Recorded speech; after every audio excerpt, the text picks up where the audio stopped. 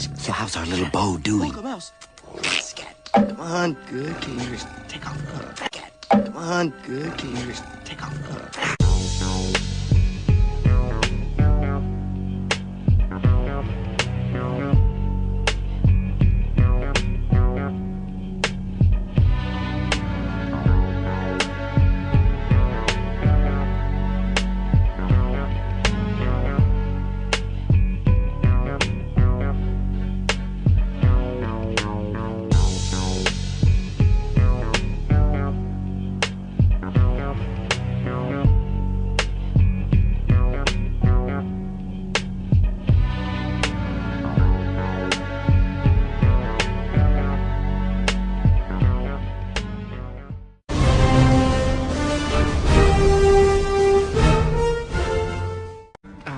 Can you drive a truck?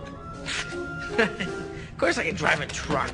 And sure, you got your steering and your gas and your brake and, of course, this metal, looking thing. Okay, so it was a bumper car at Coney Island, but it's the same basic principle. It's gotta be half a mile high, at least. It must have taken hundreds, thousands of years to carve this thing. Problem is, I only got about 10, plus, 5 of my own, and a couple of cherry bombs, a road flare. Hey, two.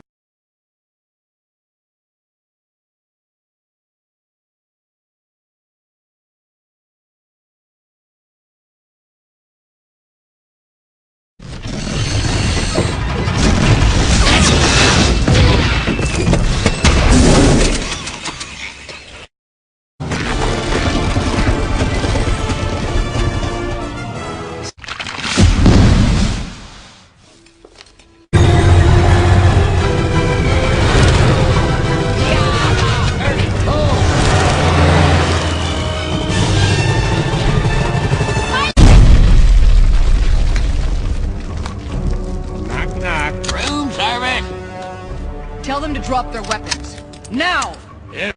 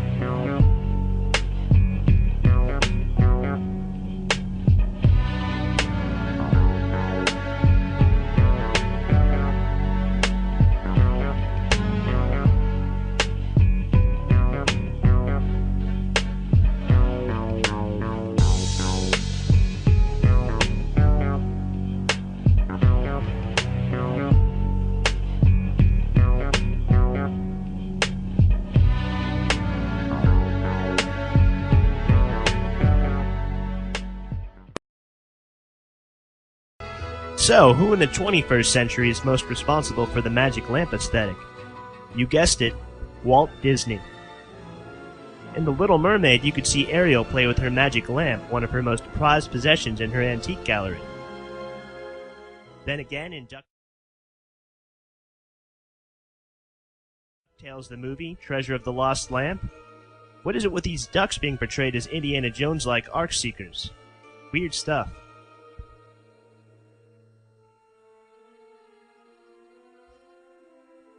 And of course, most famously, the lamp could be seen in Disney's Aladdin. Aladdin's personality was reworked to be a little rougher, like a young Harrison Ford. The nemesis in the movie Jafar wears a long goatee, a pope hat, and almost is always depicted in flowing robes of black, dark red, and moody colors, similar to what Crowley or Anton LaVey might wear.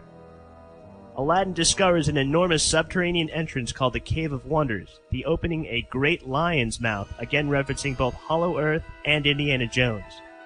At the climax, Jafar becomes a genie and transforms himself into a giant Luciferian snake and tries to gain control of the entire universe with his new powers. But then he discovers that as a genie, he has no free will and is sucked up into a new lamp.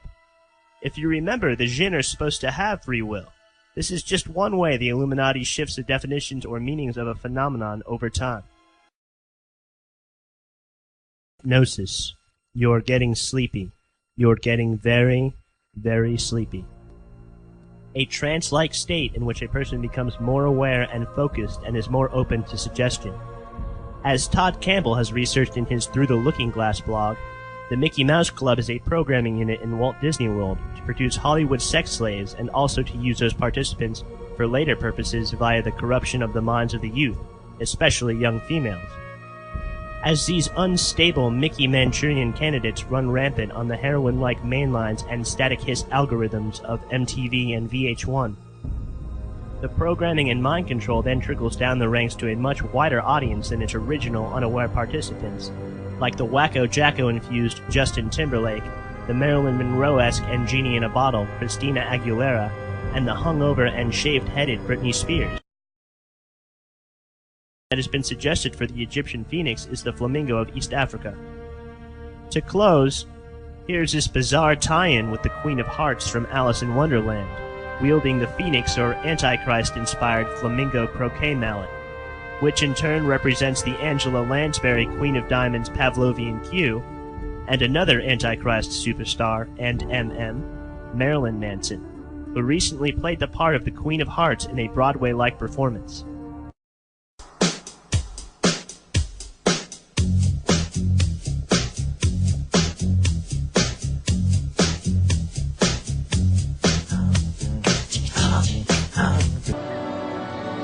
Inspired by the children's fairy tale Peter Pan about the little boy who never grew up, it's a multi-million-dollar, man-made slice of make-believe.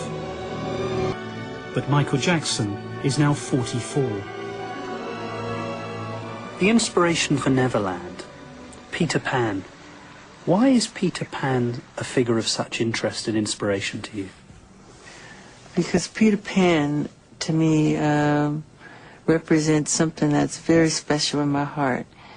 You know, he represents youth, childhood, never growing up, magic, flying, everything I think that children and wonderment and magic, what it's all about.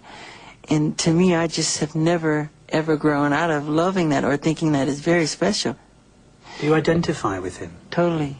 You don't want to grow up? No, I am Peter Pan.